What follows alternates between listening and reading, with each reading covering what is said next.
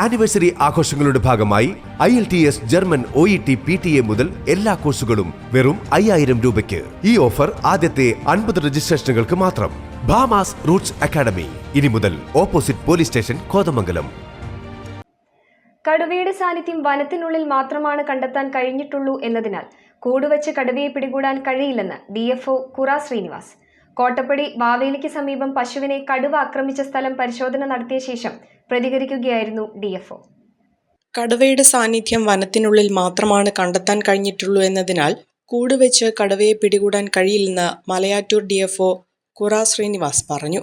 കോട്ടപ്പടി പഞ്ചായത്തിലെ വാവേലിക്ക് സമീപം കോട്ടപ്പാറ പ്ലാന്റേഷനിൽ കടുവ പശുവിനെ ആക്രമിച്ചു കൊലപ്പെടുത്തിയ സ്ഥലത്ത് DFOയുടെ നേതൃത്വത്തിൽ പരിശോധന നടത്തിയ ശേഷം മാധ്യമങ്ങളോട് പ്രതികരിക്കുകയായിരുന്നു അദ്ദേഹം. അപ്പോൾ ഈ ഫോറസ്റ്റ് അകത്ത് ഒരു ജനവാസ മേഖല അടുത്തുള്ള സ്ഥലങ്ങളിൽ കടുവ സാന്നിധ്യം ഉണ്ടാകുന്നത് നമ്മൾ സ്ഥിരീകരിച്ചിട്ടുണ്ട്.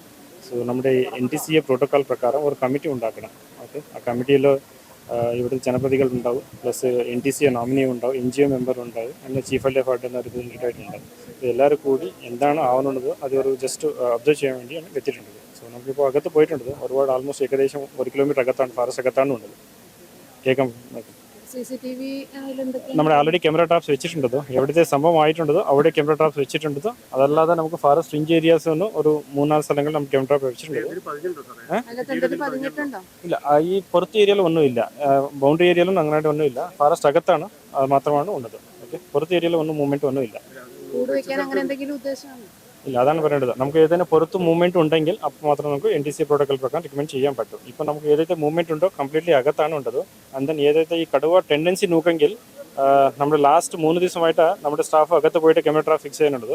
അത് നോക്കെങ്കിൽ ഏതൊക്കെ ജഡമുണ്ടെന്നോ അത് അകത്ത് കൊണ്ടുപോകുന്നുണ്ട്. സോ കടുവയ്ക്ക് അകത്ത് പോകാൻ ഒരു ടെൻഡൻസിയാണ് ഉള്ളത്.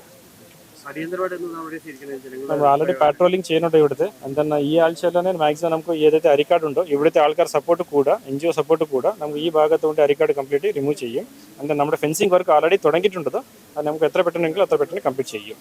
അടിക്കാട് വെട്ടി നീക്കുമെന്നും ഫെൻസിംഗ് നിർമ്മാണം ഉടൻ പൂർത്തിയാക്കുമെന്നും അദ്ദേഹം പറഞ്ഞു.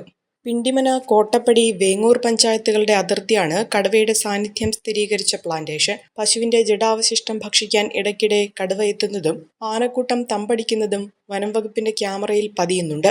കടുവയുടെ സാന്നിധ്യം സ്ഥിരീകരിച്ചതോടെ ജനങ്ങൾ ഭീതിയിലാണ്. കടുവ നാട്ടിലിറങ്ങാത്തതിനാൽ കൂടുവെച്ച് പിടികൂടാനുള്ള പദ്ധതികളൊന്നും നിലവിലില്ല.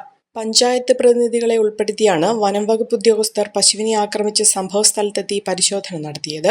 Malayattoor DFO Kura Srinivas, PG wildlife warden Anilkumar VG, Kodanad range officer Adeesh, Mekkappala deputy range officer Manoj Kumar, Kottappady, Pindimana ജനപ്രതിനിധികൾ എന്നിവർ സന്ദർശക സംഘത്തിലുണ്ടായിരുന്നു. വാഗ്ദാനങ്ങൾ നൽകി കബളിപ്പിക്കുന്ന രീതി ഉപേക്ഷിച്ച് വന്യമൃഗശല്യത്തിന് ശാശ്വത പരിഹാരം കണ്ട് ജനങ്ങൾക്ക് ഭീതി കൂടാതെ ജീവിക്കാനുള്ള അവസരം ഉണ്ടാക്കണമെന്ന് പിണ്ടിമന പഞ്ചായത്ത് വൈസ് പ്രസിഡന്റ് ജെയ്സൺ ദാനിയേൽ, വേട്ടമ്പാറ പള്ളി വികാരി ഫാദർ ജോഷി നിരപ്പേൽ എന്നിവർ പറഞ്ഞു.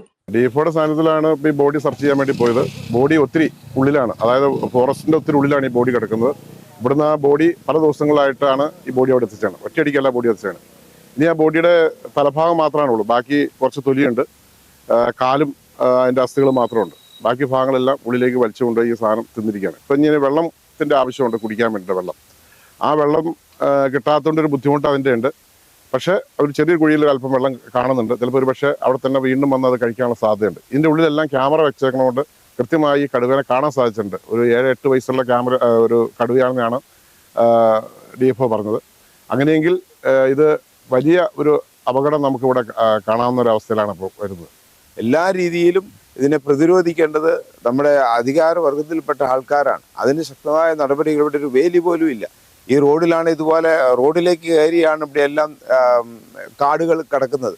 50 മീറ്റർ വീതിയുള്ള വലിയ ഒരു സ്ഥലമാണിത്, 50 മീറ്റർ റോഡുണ്ട് ഇതിന്. പക്ഷേ ഇത്രയും ഇതുണ്ടായിട്ട് നമുക്ക് യാതൊരു വിധമായ സൗകര്യങ്ങളും നൽകിയിട്ടില്ല. അപ്പോൾ ഈ 50 മീറ്റർ റോഡിന് പകുതിയോളം അത് ഏറ്റെടുത്തിരിക്കുകയാണ്.